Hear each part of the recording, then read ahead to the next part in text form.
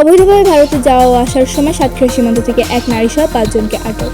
মোহাম্মদ মোকাররম বিল্লাহ ইমন, crime reporter, Satkhira.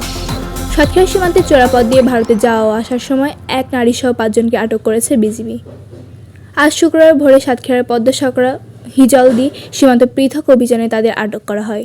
আটককৃতরা হলেন সাতক্ষীরা সদরের পদ্মা-সাঁকরা এলাকার শামসুদ্দিন গাজীর ছেলে জসিমউদ্দিন, বয়স 38 বছর, সদরের ভোমরা লক্ষ্মীদারি এলাকার আসাদুল সর্দারের ছেলে বিল্লাল হোসেন, বয়স 23 বছর, একই এলাকার আব্দুল মজিদের ছেলে মোহাম্মদ শামসুজ্জামান, 39 বছর, শরীয়তপুর জেলার জাজিরা খান এলাকার মৃত শামসুল মোল্লার মেয়ে মৌসুমী, বয়স 34 বছর, ফরিদপুর জেলার আফালডাঙ্গা থানার রুদ্রাবানা গ্রামের মৃত আইনাল উদ্দিন শেখের ছেলে মোহাম্মদ মামুন, 33 বছর।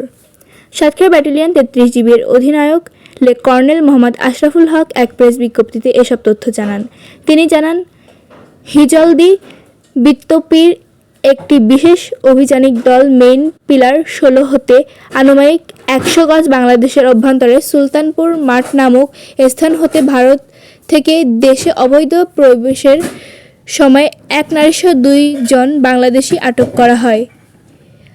অপর একটি অভিযানে পদ্মা-সাঁকরা বিপত্তির দায়িত্বপূর্ণ সীমান্ত পিলার 1-2 এস হতে 50 গজ বাংলাদেশের অভ্যন্তরে শ্মশান নামক স্থান হতে আরও 3 জনকে আটক করা হয়। তারা অবৈধভাবে ভারতে যাচ্ছিল।